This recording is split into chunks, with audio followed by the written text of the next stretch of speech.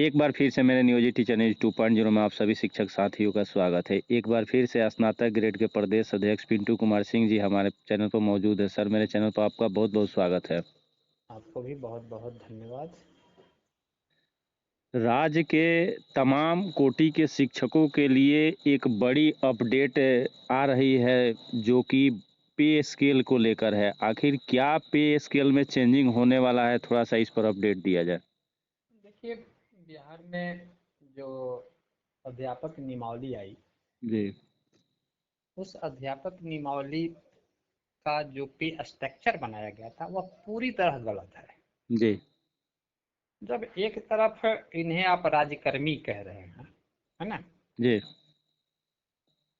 तो जब ये राज्यकर्मी हैं, नियमावली कहता है कि हमारे राज्यकर्मी हैं, बिल्कुल। उसी तरह से विशिष्ट जो शिक्षक बने जी उसे भी आप राज्यकर्मी जी बनाए परीक्षा लेकर के। तो लगभग ये 5.5 लाख की जो संख्या हो गई आपकी, है ना, जी राज्यकर्मी का, और इनके लिए जो पे स्ट्रक्चर है जी वह है वैसे ही जैसे नियोजित शिक्षक का पे स्ट्रक्चर जापानीज भूटानीज जो नामकरण दिया जाए जी वही नामकरण इसको भी दे सकते हैं आप, वही स्ट्रक्चर बना दिए इसके लिए भी। जी तो ये कहीं से न्याय संगत प्रतीत नहीं हो रहा। अब इस पर हम लोग आवाज उठाना शुरू कर दिए, विभाग में पदाधिकारियों से बात किए, ज्ञापन भी दिया गया।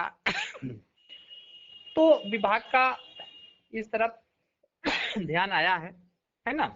जी और एक अच्छी खबर आ रही है कि जो हम लोग का पे स्ट्रक्चर है उसमें एक परिवर्तन होने जा रहा है। अब जी देखना यह है कि वह परिवर्तन किस रूप में सरकार कर रही है, इस पर अभी हम विशेष जानकारी नहीं देंगे क्योंकि जी अभी ये पाइपलाइन में मामला है। ठीक जी है, जी जी विशेष जानकारी इसलिए अभी इस पर मौन रहना ही ज्यादा श्रेयस्कर होगा। जी लेकिन यह जरूर हम दावे के साथ कह रहे हैं कि तमाम शिक्षक जो भी हैं इनके पे में सुधार होगा, इनके वेतन जो है वो बढ़ेगा, जो पहले से निर्धारित है उसमें वृद्धि होगी। जी कितना होगा ये अभी बताना उचित नहीं है। ठीक जी है, आ, एक आध बैठक और होगा, कल हो जाए परसों हो जाए, फाइनल बैठक है परसों तक। ठीक है ना, जी जी तो लगातार बैठक चल रही है, 3 बैठक हो चुकी है, तो 1-2 दिन में क्लियर हो जाएगा, कल से परसों तक में सारे मामले डन हो जाएंगे। तो क्या और इसके बाद जी हाँ, वेतन हर हाल में बढ़ेगा, निश्चित है। इसके बाद विशिष्ट शिक्षकों की सेवा निरंतरता भी एकदम फाइनल स्टेज में है वो भी। ठीक है, उसमें कोई किंतु परंतु नहीं है, ये प्रोटेक्शन भी उनको मिला है, निरंतरता भी उनको मिल रही है।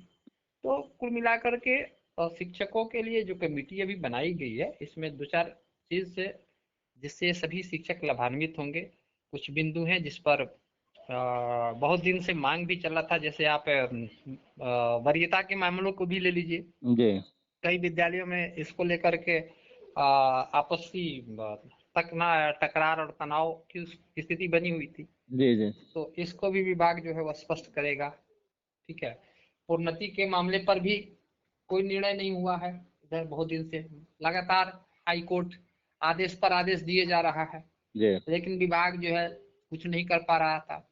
तो इसको लेकर के भी कमेटी में जो है वो बात आई है। तो ये तमाम मुद्दे हैं जिसे 1 से 2 दिन में क्लियर कर दिया जाएगा।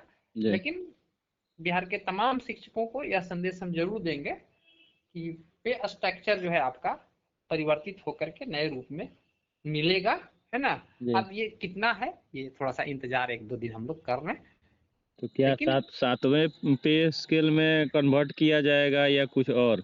इसीलिए तो मैंने बोला कि अभी बोलना उचित नहीं है, लेकिन हम लोग तो मांग किए हैं कि भाई उसी तरह दिया जाए, जी जी है ना। जी कारण है कि देखिए, सरकार को तो देना ही पड़ेगा, जी स्पष्ट बात है।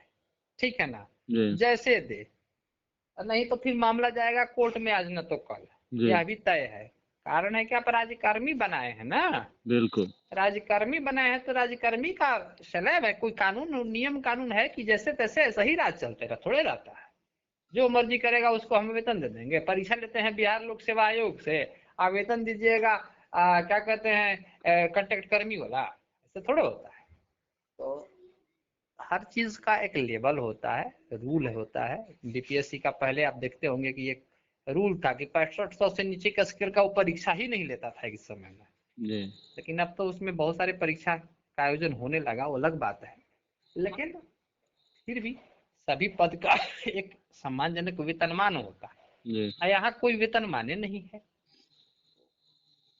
इस चीज को विभाग में दिया गया है, उस पर विभाग सक्रिय है। अभी हमारे जो माननीय एसईएस आए हुए हैं, काफी बेहतर हैं, और इनके कार्य करने के तरीके जो हैं वो सही है। हम लोग और उम्मीद है शिक्षक हित में अच्छा फैसला जल्द लेंगे।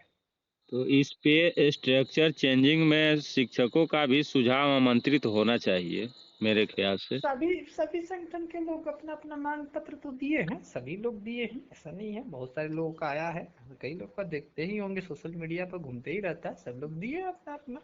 जी ठीक है ना। तो उसी में अभी देखिए सरकार क्या उस पर निर्णय लेती है, क्योंकि ये सब मामला जो है हाई लेवल है, मुख्यमंत्री जी के स्तर से तय होता है, समझ गए बात में। जी तो इसीलिए इसको गोपनीय रखा गया है, और आचार संहिता से पहले सारी बातें जो है क्लियर कर दी जाएगी। सरकार जो है चुनावी मैदान में ऐसे थोड़े उतरेगा, बिना शिक्षकों को दिए कभी उतरा है ना उतरेगा। जी ऐसे उतरेंगे तो आपको लगता है कि सरकार को एक वोट शिक्षक का मिलने वाला है? नहीं करेगा। सरकार भली बात ही जानती है, इसलिए शिक्षक को नाराज नहीं करेगी, हमें पूरा विश्वास है। शिक्षकों का साथ हमेशा लेकर सरकार चलती है, लेके चलेगी इस बार भी। समझे। यानी पे स्केल पुनर्निर्धारण के बाद ही शिक्षकों का फिक्सेशन संभव हो पाएगा। बहुत जल्द 2-4-5 दिन में सब क्लियर हो जाएगा। जी चलिए बहुत बहुत धन्यवाद सर। बहुत बहुत धन्यवाद आपको भी।